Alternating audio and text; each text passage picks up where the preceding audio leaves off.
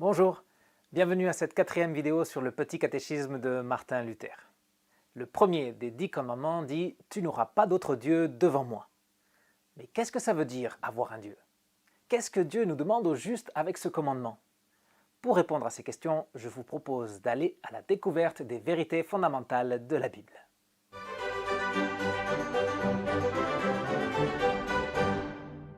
Avant de commencer à creuser dans le premier commandement, je vais vous expliquer brièvement comment on va procéder. Et ce sera à peu près pareil pour chaque commandement. On fera ça en 3 étapes. D'abord, on verra une petite explication sur le thème du commandement, parce qu'on veut savoir de quoi il nous parle. Après, on verra les limites que Dieu nous impose, c'est-à-dire ce qu'on ne doit pas faire, c'est le sens négatif du commandement.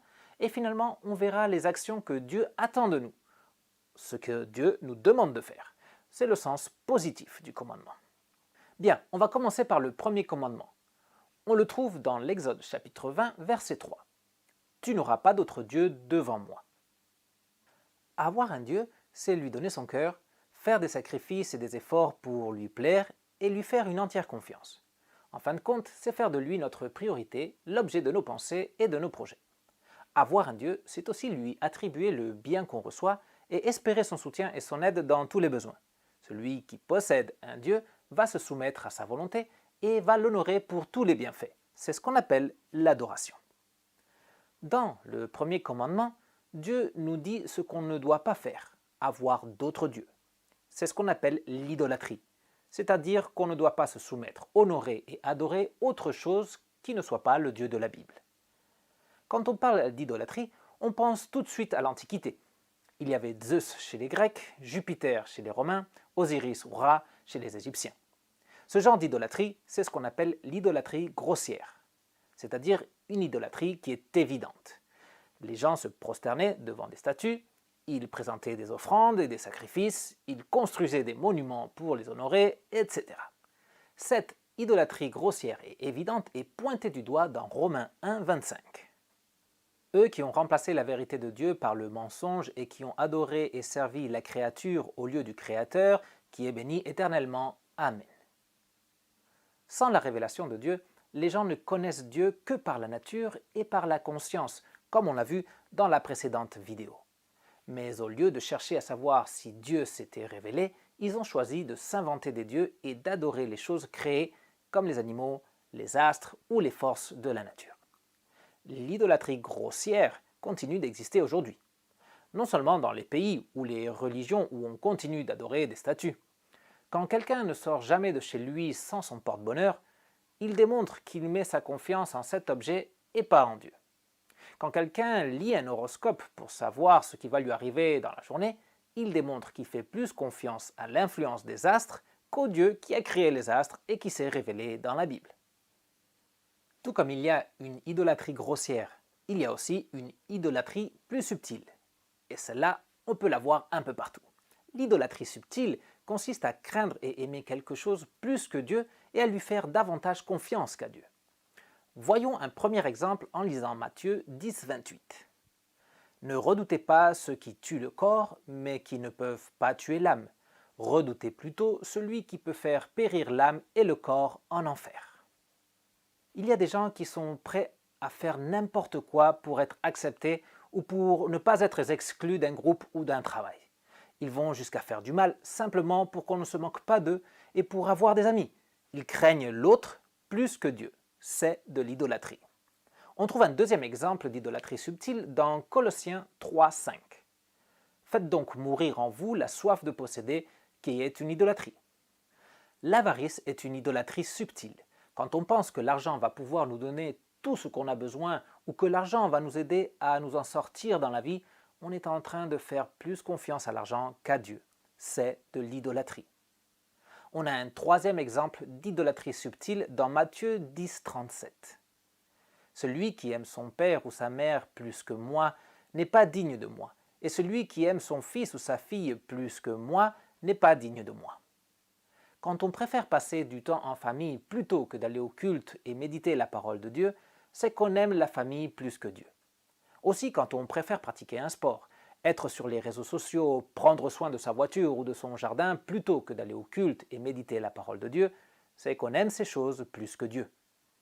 Si quelque chose dans la vie nous est plus importante que Dieu, nous aimons cette chose plus que Dieu, et c'est de l'idolâtrie.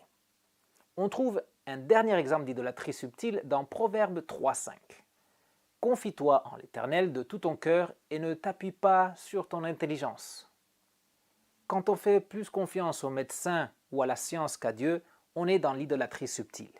Si on fait plus confiance à notre capacité intellectuelle ou à notre force pour faire face à toutes les situations, on est dans l'idolâtrie subtile, parce que notre confiance n'est pas mise en Dieu. Faire des amis, faire des économies, aimer sa famille, avoir des hobbies ou aller chez le médecin ne sont pas des péchés. Le problème, c'est quand on les a pour Dieu, quand on les aime, on les craint ou on leur fait plus confiance qu'à Dieu. On a vu ce qu'on ne doit pas faire, avoir d'autres dieux devant lui. Mais avec ce premier commandement, Dieu nous dit aussi ce qu'il attend de nous, qu'on l'ait lui devant toute chose. Pour comprendre ce que Dieu attend de nous par ce premier commandement, je vous propose de voir comment il est expliqué dans le Petit Catéchisme. Nous devons craindre et aimer Dieu par-dessus tout et mettre en lui notre entière confiance.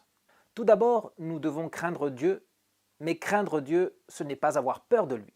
Craindre Dieu, c'est principalement respecter sa volonté.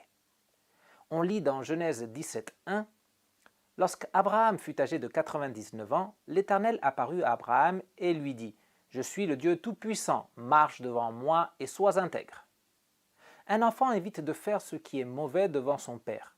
Craindre Dieu, c'est garder à l'esprit qu'il est partout présent, qu'il nous voit et qu'il voit tout ce qu'on fait. Il entend nos paroles et il connaît nos pensées. Marcher devant Dieu avec crainte, c'est respecter sa volonté, même quand personne ne nous voit.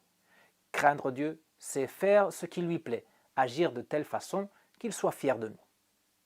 Donc, la première chose que Dieu nous demande dans le premier commandement, c'est de le craindre. Mais ce n'est pas tout. On lit dans Psaume 73, 25 et 26 « Qui d'autre ai-je au ciel, et sur la terre je ne prends plaisir qu'en toi. Mon corps et mon cœur peuvent s'épuiser, Dieu sera toujours le rocher de mon cœur et ma bonne part. » Avoir Dieu devant toute chose, c'est aussi l'aimer par-dessus tout. Dieu veut être notre bien le plus précieux, notre plus grand trésor. Il veut que nous l'aimions, que nous aimions sa parole, les chemins qu'il choisit pour nous et tout ce qu'il a fait. Dieu est celui qui nous comble de bien et qui est allé jusqu'à donner son Fils unique pour nous sauver. Il nous a donné ce qu'il avait de plus précieux parce qu'il nous aime. Il mérite qu'on l'aime en retour. Mais l'amour n'est pas qu'un sentiment. L'apôtre Jean, inspiré par le Saint-Esprit, nous apprend dans sa première carte, chapitre 5, verset 3, « En effet, l'amour envers Dieu consiste à respecter ses commandements. » Le véritable amour se démontre. L'enfant qui aime ses parents fait ce qu'on lui demande, et il le fait volontairement et avec plaisir. Notre amour pour Dieu doit être démontré par le fait que nous voulons garder ses commandements. Non par obligation, non par contrainte, mais volontairement et avec plaisir. Le premier commandement nous demande jusqu'ici de craindre Dieu et de l'aimer par-dessus tout. Il y a un troisième aspect à considérer dans ce premier commandement. Pour voir ce troisième aspect, nous allons lire le psaume 118, verset 6. « L'Éternel est pour moi, je n'ai peur de rien. Que peuvent me faire les hommes ?» Nous devons faire entièrement confiance à Dieu. Faire confiance, ça signifie dépendre de la fidélité de quelqu'un, croire qu'il va faire ce qu'il a dit. Faire confiance à Dieu signifie dépendre de lui, de sa fidélité et être sûr qu'il est notre soutien, comme il l'a promis.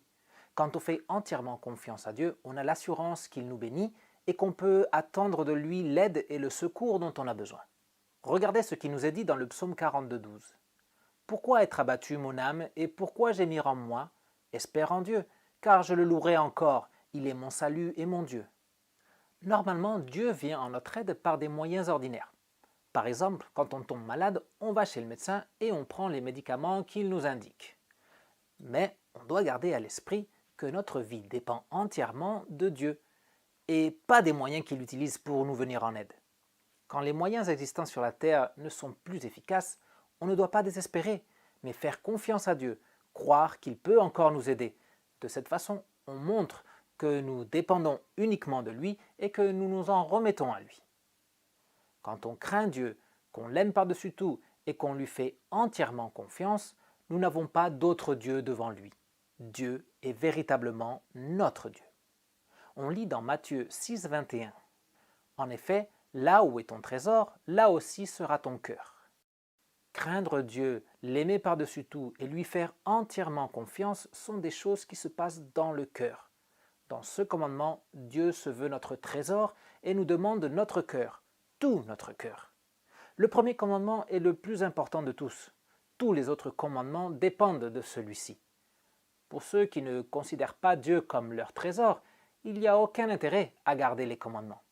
Par contre, celui qui considère que Dieu est son bien le plus précieux, celui qui sait que Dieu l'aime en Christ, celui-ci va s'efforcer de garder tous les commandements. On est arrivé à la fin de cette vidéo.